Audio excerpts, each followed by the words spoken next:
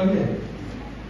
সবার আগে যেটা হবে আমাদের ভাড়া অর্থাৎ খাবার দাবারের যে সংস্থান সেটাতে টান পড়বে, তাই তো? নতুন জামা কাপড় অনেক দূরের কথা, পুরনো জামা কাপড় গুলো ধীরে ধীরে শেষ হয়। যে মা শুধুমাত্র বাড়িতে রান্না বান্না কাপড় পোশাক পরিষ্কার করে আমাদের জন্য, সে দেখবে অন্যের বাড়িতে কাজ করতে যাচ্ছে, তাই তো? আমাদের কারো শরীর খারাপ হলো বা ধরো ঠাকুমা ঠাকুরদার কোনোভাবে অসুস্থ হলো, ওষুধ কেনার পয়সা সংস্থান হবে না, আমাদের পড়াশোনা বন্ধ হয়ে যাবে। তোমরা জানো আমাদের এখানে কোনো ঘটনা হয়তো এই মুহূর্তেই আমাদের এই এলাকায় নেই, কিন্তু আমাদের জেলায় প্রতি মাসে এরকম একটা পরিবারের সাথে হয়, শুধুমাত্র ছোট্ট ছোট্ট ভুলের জন্য এই পরিবারটা যেমন করে আমি তোমাদের বোঝালাম সেভাবে শেষ হয়েছে। বুঝলে তো? এটা প্রতিদিনের আনন্দ হাসি ঠাট্টার কাজকর্ম বন্ধ হয়ে যায়, জীবন শেষ হয়েছে। কিসের জন্য? খুব ছোট্ট একটা বিষয়, মানে ধরো আমি বাথরুমে স্নান করছি, স্নান করতে করতে ভেজা হাতে এসে সুইচটাকে অন করতে হবে। বুঝতে পারলে? আমরা নিশ্চয়ই চাইবো না আমাদের পরিবারের সাথে এরকম কিছু হোক, চাইবো? চাইবো কি? আর একটু শুনতে পেলাম না, আরেকবার চাইবো? চাইবো না। ঠিক, এবার জোর আসো। তাহলে আমাদের পরিবারকে ঠিক রাখার দায়িত্ব কাকে নিতে হবে? আমি আবারও শুনতে পেলাম আমাদের নিজেদের। আমি চাইবো না আমার বাবার সাথে এরকম হোক, মার সাথে এরকম হোক, ছোট ভাই বোনের সাথে এরকম হোক, তাই তো? তাহলে সেই কারণেই আমাদের ইলেকট্রিসিটির লোকেদের শিক্ষা অর্থাৎ ছাত্রছাত্রীদের মধ্যে আসা। বুঝতে পারলে? তাহলে আমরা যদি আমাদের পরিবারের প্রতি এইটুকু আমাদের থাকে ভরসা যে আমি বললে পারে শোনে, বা আমি এই কাজটা তাকে করতে দেব না, এই প্রতিশ্রুতি বা এই অঙ্গীকার আমরা এখানে নিতে পারবো, প্রতিজ্ঞা নিতে পারবো? নিতে পারবো? হ্যাঁ নিতে পারবো। তাই তো? তাহলে আমরা আলোচনাটাতে যাচ্ছি। তোমাদের জীবন থেকে, সম্পূর্ণ জীবন থেকে 40 মিনিট আমরা নেব। 40 মিনিট সময় তোমরা মনোযোগ দিয়ে আমাদের কথা শুনবে, ঠিক আছে? হ্যাঁ, আচ্ছা। তাহলে এবার আমরা একটা জায়গায় যাই। তাহলে এবার আমি প্রথমে, আমার নাম তাপস, আমি দক্ষিণ দিনাজপুর আরএম অফিস যে আছে ইলেকট্রিসিটি রিজিওনাল অফিস, এই জেলার হেডকোয়ার্টার, সেখানে চাকরি করি। সেখান থেকে এসেছি।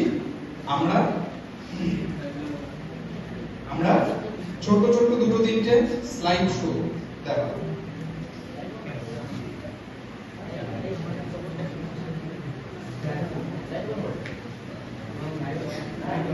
আমরা সেটা দেখবো আর তার মধ্যে দিয়ে আলোচনা করব। আমরা প্রত্যেকেই জানি যে আমাদের বাড়িতে একটা সময়, এখন হয়তো সরাসরি দেখি না, কিন্তু জানি যে একটা সময় আমাদের কি হতো না, কুপি ব্যবহার করতাম আমরা। এখন কি কুপি ব্যবহার করি? আমরা করি না, কিন্তু লাইট থাকে। কুপি ব্যবহার হতো তো? কুপি ব্যবহার হতো তো? প্রদীপ ব্যবহার হতো। আবার অনেকে ওই প্রদীপটা দিয়ে ইউজ করার সময় বাড়িতে আগুনও লাগিয়ে দিত, তাই তো? পরের দিন যে বাড়িতে ধরো আগুন লেগে গেল, তাহলে পরের দিন যদি রেগে গিয়ে আমি বলি যে ঠিক আছে তো প্রদীপের দ্বারা আমার বাড়িতে আগুন লেগে গেল, আমি কালকে থেকে আর আলো ব্যবহারই করবো না, তাহলে রাত্রিবেলা অন্ধকারে থাকতে হবে, তাই তো? সুতরাং পারবো না। ইলেকট্রিসিটিও এরকমই, যে বাড়িতে ইলেকট্রিকের দুর্ঘটনা ঘটে যায় সে বাড়িতেও পরের দিন থেকে, মানে ওই মুহূর্তে কিছুক্ষণ পর থেকে আবার কিন্তু ইলেকট্রিসিটি ব্যবহার আমাদের করতেই হয়, তাই না? তাহলে আমরা রাগ করে লাভ নেই। লাভ আছে কি? নেই। তাহলে আমরা কি করবো? সচেতন ভাবে ব্যবহার করবো, ঠিক আছে? এটা কিন্তু আমরা আজকে দেখবো। সবার আগে নিজেরা শিখবো, তারপর কাকে শেখাবো? কাকে শেখাবো? পরিবারকে। বেশ, তাহলে প্রথমে দেখি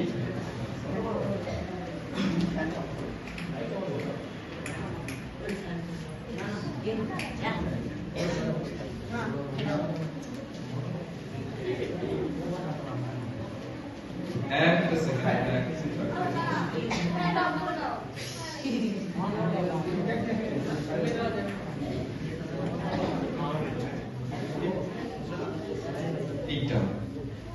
এই ছবিটা শেষ পর্যন্ত দেখা যাচ্ছে?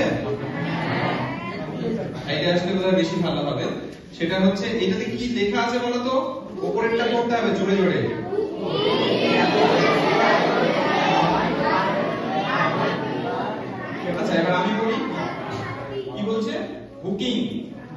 বেআইনি নয়, কি প্রাণঘাতী। প্রাণঘাতী মানে মানে মৃত্যু, আমাদের জীবন পর্যন্ত চলে যেতে পারে। হুকিং আমরা বুঝি, হুকিং কি বলতো, কেউ একজন বলতে পারবে? বলো দেখি।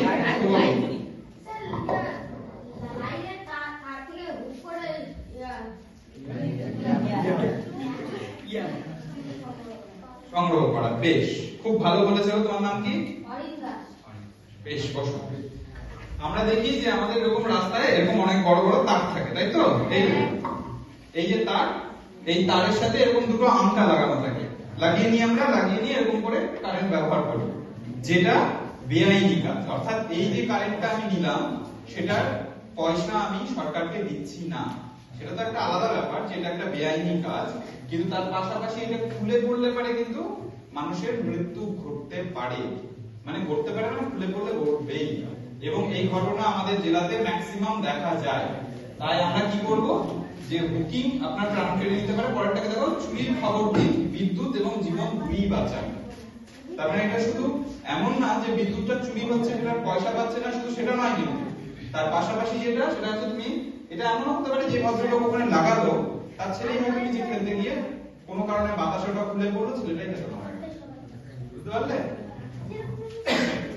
তাহলে এই ক্ষেত্রে আমাদের যেটা করতে হয়, একটা নাম্বার থাকে আমাদের, তোমাদের সামনে একটা হ্যান্ডবিল আছে, দেখেছো সবাই? ওটা দিয়ে প্লেন বানানোর জন্য না, খেলার জন্য না, ওটা বাড়িতে নিয়ে গিয়ে লাগাও। গিটারের পাশে বা দরজার মধ্যে একটা আঠা দিয়ে লাগিয়ে রাখবে, ওর মধ্যে দেখবে বিভিন্ন ধরনের ফোন নাম্বার দেওয়া আছে, নিয়ম দেওয়া আছে।